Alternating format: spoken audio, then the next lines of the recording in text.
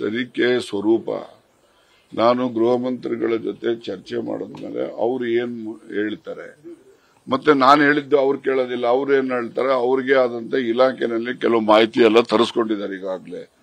ಮತ್ತೆ ಅವರು ಮುಖ್ಯಮಂತ್ರಿಗಳ ಜೊತೆನಲ್ಲಿ ಈ ನಾನು ಕೊಟ್ಟಿರ್ತಕ್ಕಂಥ ದೂರು ಅರ್ಜಿ ತಗೊಂಡು ಅವ್ರ ಹತ್ರ ಚರ್ಚೆ ಮಾಡಿ ಅಂತಿಮವಾಗಿ ಅವರು ಒಬ್ಬರನ್ನ ಏನು SIT ಮಾಡ್ತಾರೋ ಅಥವಾ DGP ADGP ಲೆವೆಲ್ ಅಧಿಕಾರಿಯಿಂದ ತನಿಖೆ ಮಾಡಿಸ್ತಾರೋ ಅದು ಗೃಹ ಮಂತ್ರಿಗಳಿಗೆ ಮತ್ತು ಮುಖ್ಯಮಂತ್ರಿಗಳಿಗೆ ಸೇರಿದಂತ ವಿಷಯ. ಅದು ಅವನೇನ್ ಕೊಡ್ತಾನೆ ಗೊತ್ತಿಲ್ಲ. ನನ್ನದು ನನಗಿರೋ ಮಾಹಿತಿ ಮತ್ತೆ ನನ್ನ ಕಡೆಯಿಂದ ಇರ್ತಕ್ಕಂಥ ಏನ್ ಮಾಹಿತಿ ಇದೆ ಅದು ಮಾತ್ರ ಕೊಡ್ತೀನಿ.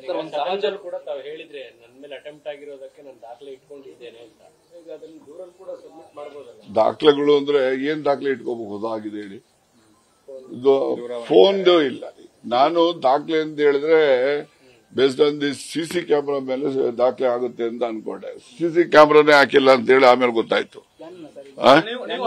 ಪ್ಲಾನಿಂಗ್ ಎಲ್ಲ ಯಾರ ಮಂತ್ರಿ ಮನೆಗೂ ಹಾಕಿಲ್ವಂತಲ್ಲ.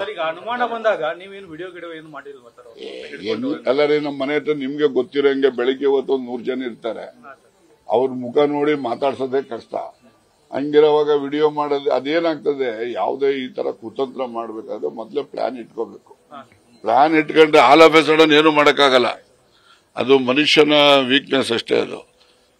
ಅದರಿಂದ ದಯಮಾಡಿ ಆ ರೀತಿಯಲ್ಲಿ ಏನಿಲ್ಲ, ಏನೆಲ್ಲ ನಡೆದಿದೆ ಅನ್ನೋದು ಪ್ರಾಮಾಣಿಕವಾಗಿ ಹೇಳ್ತೀನಿ. ಸರ್, ಈ ರೀತಿಯ ಕುತಂತ್ರ ನಡೀತಾ ಇದೆ ಅಂತ ಹೇಳ್ತಾ ಇದ್ರಿ ಸರ್. ಇದು ಕುತಂತ್ರದ ರಾಜಕಾರಣಕ್ಕೆ ಎಲ್ಲರೂ ಕಡಿವಾಣ ಹಾಕ್ಬೇಕು ಅಂತ ಹೇಳ್ತಾ ಇದ್ದಾರೆ. ಆದ್ರೆ ನಿಮ್ಮಲ್ಲಿ ಏನಾದ್ರು ಆತಂಕ ಮತ್ತೆ ಒತ್ತಡ ಏನಾದ್ರು ಹೇರುವಂತ ಕೆಲಸ ನೋಡಿ, ಯಾವುದೇ ರೀತಿ ಒತ್ತಡ ನನ್ನ ಮೇಲೆ ಇಲ್ಲ. ಯಾರು ನನಗೆ ಒತ್ತಡ ಮಾಡುವಂತ ಪ್ರಯತ್ನನೂ ಮಾಡಲ್ಲ. ನಾವು ಯಾರು ಹೇಳಿದ್ರು ಕೇಳೋನಲ್ಲ ಅಂತ ನಿಮಗೂ ಗೊತ್ತು, ಎಲ್ರಿಗೂ ಗೊತ್ತು. ಅದರಿಂದ ಯಾರು ನನಗೇನು ಹೇಳಕ್ಕೂ ಬರೋದಿಲ್ಲ, ಒತ್ತಡ ಮೊದಲೇ ಮಾಡಲ್ಲ. ಎಲ್ಲ ಈಗ ಹೈಕಮಾಂಡ್ ಎಲ್ಲಾ ಮೂಲದಿಂದನೂ ಕೂಡ ಮಾಹಿತಿ ತರಿಸ್ಕೊಂಡಿದ್ದಾರೆ. ಅವರು ಹೈಕಮಾಂಡ್ ನಲ್ಲಿ ಈಗ ಮುಖ್ಯಮಂತ್ರಿಗಳನ್ನು ಮತ್ತೆ AICC ಅಧ್ಯಕ್ಷರು ಕೂಡ ಭೇಟಿಯಾಗಿದ್ದಾರೆ. ಅಲ್ಲಿನೂ ಕೂಡ ನನ್ ತಿಳಿದಿರುವ ಮಟ್ಟಿಗೆ ಒಂದು ಸೂಕ್ಷ್ಮವಾಗಿ ಅಲ್ಲಿನೂ ಕೂಡ ವಿಷಯದ ಚರ್ಚೆ ಆಗಿದೆ ಅಂತ ನಾನು ಅನ್ಕೊಂತಾ ಇದ್ದೀನಿ. ಬಟ್ ಆಗಿದೆ ಅಂತ ಯಾರು ನನಗೆ ಹೇಳಿಲ್ಲ. ಅವರು ದೆಹಲಿಗೆ ಹೋಗಿದ್ದಾರೆ, ಇನ್ನು ಹೋಗೋರು ಇದ್ದಾರೆ. ನಿಮ್ಗೆ ಇರೋ ಅನುಮಾನಗಳನ್ನ ಅಥವಾ ಯಾವ ರಾಜಕೀಯ ನಾಯಕರು ಇರಬಹುದು ಅನ್ನೋ ಡೌಟ್ ಏನಿದೆ, ಅದನ್ನ ನೀವು ಹೈಕಮಾಂಡ್ ಮುಂದಾದ್ರೂ ಓಪನ್ ಅಪ್ ಆಗಿ ಹೇಳ್ತೀರಾ? ಅಲ್ಲಲ್ಲ, ನನಗೆ ನೋಡಿ, ನಾನು ಆ ರೀತಿ ಹೇಳ್ಬೇಕು ಅಂದ್ರೆ ನನ್ನ ಹತ್ರ ಏನಾದ್ರು ಪುರಾವೆ ಇರಬೇಕು.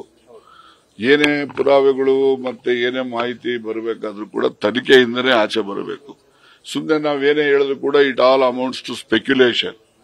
ನಾವು ಸ್ಪೆಕ್ಯುಲೇಟ್ ಮಾಡೋದು ಸರಿ ಇರೋದಿಲ್ಲ. ನೋಡೋಣ, ವಿತಿನ್ ಎ ಡೇ ಆರ್ 2 ನಾನು ಅರ್ಜಿ ಕೊಟ್ಟ ಮೇಲೆ ಯಾವ ರೀತಿಯಲ್ಲಿ ತನಿಖೆಗೆ ಕ್ರಮ ತಗೊಳ್ತಾರೆ, ಅದ್ರ ಮೇಲೆ ಅವರು ಆ ತನಿಖಾಧಿಕಾರಿಗಳು ಏನೆಲ್ಲ ನಮ್ಮನ್ನ ಮಾಹಿತಿ ಕೇಳ್ತಾರೆ ಅದನ್ನೆಲ್ಲ ಸೂಕ್ಷ್ಮವಾಗಿ ಕೊಡ್ತೇವೆ. ಅಲ್ಲಲ್ಲ, ನೋಡಿ, ನನ್ನ ನಿರೀಕ್ಷೆ, ನನ್ನ ಒಂದು ಬೇಡಿಕೆ ಏನಂದ್ರೆ ಈ ರೀತಿ ಯಾರೆಲ್ಲ ಮಾಡ್ತಾರೆ ಅದು ನಿಲ್ಲಬೇಕು. ನಾಳೆ ಇವತ್ತಿಂದ ಯಾರ್ಯಾರ ಮೇಲೋ ಮಾಡೋರೆ, ಈಗ ನಮ್ಮ ಮೇಲೆ ಪ್ರಯತ್ನ ಮಾಡ್ತಾರೆ, ಮುಂದೆ ಇನ್ಯಾರ ಮೇಲೂ ಆಗ್ಬಾರ್ದು. ಯಾರು ಈ ರೀತಿಯ ದುಸ್ಸಾಹಸಕ್ಕೆ ಕೈ ಹಾಕುವಂತ ಕೆಲಸ ಯಾರು ಮಾಡಬಾರ್ದು. ಆ ರೀತಿಯ ಒಂದು ವಾತಾವರಣ ಬರಬೇಕು ಅಂತಕ್ಕಂಥದ್ದು ಆಶಯ. ಆಮೇಲೆ 10ನೇ ತಾರೀಕು ಮೇಲೆ ನೀವು ಇನ್ನೊಂದು ಸ್ಟೇಟ್ಮೆಂಟ್ ಗಮನಿಸಿರ್ಬೋದು, ಹಾಯ್ ಅಂದ್ರೆ ಹಾಯ್ ಅಂತಾರೆ, ಅದು ಈ ತರದ ಅವ್ರವ್ರ ಅನುಭವ ಅವ್ರವ್ರು ಹೇಳ್ತಾರಪ್ಪ. ನನಗೆ ಆ ತರ ಅನುಭವ ಯಾವ್ದು ಆಗಿಲ್ಲ. ನಡೀರಿ.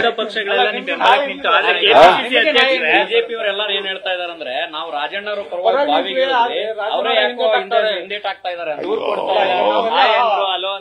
ಆಯ್ತು, ಓಕೆ, ಥ್ಯಾಂಕ್ ಯು.